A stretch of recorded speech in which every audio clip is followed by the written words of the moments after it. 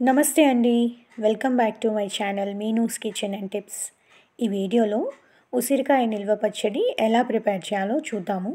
ఈ ప్రిపరేషన్ ప్రాసెస్లోకి వెళ్ళే ముందు మీ అందరికీ నా రిక్వెస్ట్ ఏంటంటే ఈ వీడియోని లైక్ చేసి నాకు సపోర్ట్ చేయండి. దానివల్ల వీడియో ఎక్కువగా రీచ్ అయ్యే ఛాన్స్ ఉంటుంది. ఇప్పుడు ప్రాసెస్లోకి వెళ్దాము. నేను ఇక్కడ ఉసిరికాయ నిల్వ పచ్చడి చేయడం కోసమని ఒక 1/2 కేజీ వరకు ఉసిరికాయలని తీసుకున్నాను. వీటిని బాగా వాష్ చేసేసి ఇలా వాటర్లోంచి తీసి కాస్త పొడి క్లాత్తో తుడిచి ఆరబెట్టుకుంటున్నాను. ఒక 10 నుంచి 15 నిమిషాల పాటు గాలికి పెట్టేస్తే ఆరిపోతాయి. ఇప్పుడు బాగా ఇవి పొడి పొడిగా అయ్యాయి. నెక్స్ట్ ప్రాసెస్లో స్టవ్ పైన నేను ఒక గిన్నె పెట్టేసుకొని ఆ గిన్నె కాస్త వేడెక్కాక వీటిని వేయించుకోవడం కోసమని కొద్దిగా ఆయిల్ని వేసుకుంటున్నాను. ఆయిల్ని ఈ ఉసిరికాయలు అడుగంటకుండా కాస్త ఎక్కువగా వేసుకుంటే సరిపోతుంది. మరి డీప్ ఫ్రైకి వేసేంత ఆయిల్ అవసరం లేదు ఈ పచ్చడికి. తరువాత ఒక 1/2 టీ స్పూన్ వరకు పసుపును కూడా వేసేసుకొని ఈ పసుపుని ఈ ఉసిరికాయలకంతా ఈ విధంగా ఒకసారి కలిపి పట్టించేసేయాలి.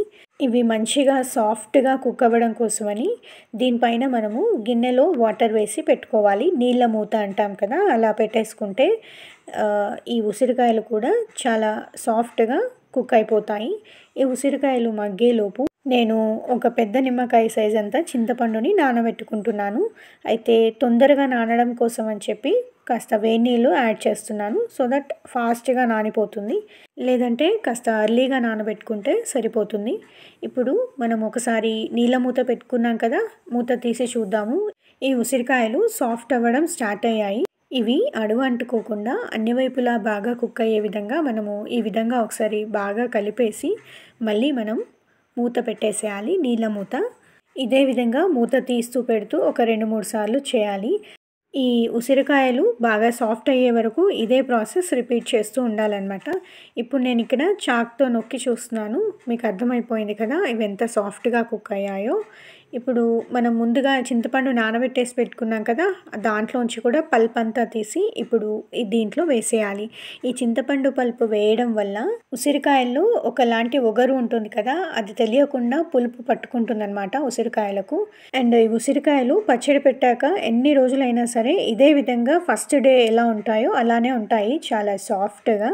నెక్స్ట్ ఇవి మొత్తం చల్లారాక ఒక టీ గ్లాస్ ఉంటుంది కదా, అంత కారాన్ని, 3/4 టీ గ్లాస్ వరకు ఉప్పుని, ఒక సగానికి కొద్దిగా ఎక్కువ ఆవపొడిని అండ్ 1 టీ స్పూన్ వరకు మెంతి పొడిని, ఒక 1/2 టీ స్పూన్ వరకు ఇంగువని వేసేసి, పసుపు మనము ఆల్రెడీ ఇవి మగ్గించుకునేటప్పుడే యాడ్ చేసాం కదా, మళ్ళీ ఇప్పుడు యాడ్ చేయడము అవసరం లేదు.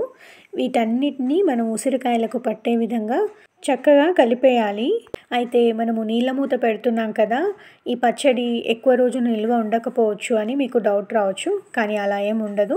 ఎన్ని రోజులైనా సరే ఈ పచ్చడి పాడవ్వకుండా నిల్వ ఉంటుంది. ఒకవేళ పాడయింది అంటే దాంట్లో ఉప్పు కారం సరిగా పడలేదని అర్థము. ఫైనల్గా నేను ఈ పచ్చడంతా కలిపేయడం అయిపోయాక ఒక పావెడు నూనెని కూడా యాడ్ చేస్తున్నాను. మంచి టేస్ట్ ఉంటుందన్నమాట. అయితే నూనె ఎప్పుడైనా సరే మనము పచ్చళ్ళకి పల్లి నూనెని యాడ్ చేసుకోవాలి. సన్ఫ్లవర్ ఆయిల్ని యాడ్ చేస్తే కనుక అది ఏ టేస్ట్ ఉండదు. ఈ పల్లి నూనెతోనే పచ్చళ్ళకు మంచి టేస్ట్ వస్తుంది. కారం వచ్చేసి 3 మ్యాంగో పౌడర్ని వాడుతూ ఉంటాను నేను జనరల్గా. అదే మంచి టేస్ట్ ఉంటుందన్నమాట పచ్చళ్ళకి. ఇప్పుడు ఇది పచ్చడి పెట్టడం అయిపోయింది కదా, ఎయిర్ టైట్ బాక్స్లో స్టోర్ చేసేసుకొని ఒక 2 డేస్ తర్వాత చెక్ చేస్తే మీకు ఆయిల్ మంచిగా తేలుతుంది. 2 డేస్ తర్వాత మనకి ఏది తక్కువ అనిపించినా సరే ఉప్పు కానీ, నూనె కానీ, కారం కానీ మళ్ళీ వేసేసుకోవచ్చు. ఈ పచ్చడి జాడీలో నిల్వ చేసుకున్నాక మనం తినాలనిపించినప్పుడు కొద్ది కొద్దిగా మనం తీసుకొని పోపు చేసుకొని కూడా వాడుకోవడం వల్ల చాలా ఫ్రెష్గా అనిపిస్తుంది. ఇంకా ఈ పచ్చడి గురించి మీకు ఏమైనా డౌట్స్ ఉంటే నాకు కామెంట్ బాక్స్లో కామెంట్ చేయండి. ఈ వీడియో నచ్చితే లైక్ చేయడం మర్చిపోవద్దు. మరిన్ని మంచి మంచి రెసిపీస్ కోసం please like, share and subscribe to my channel Meenu's kitchen and tips.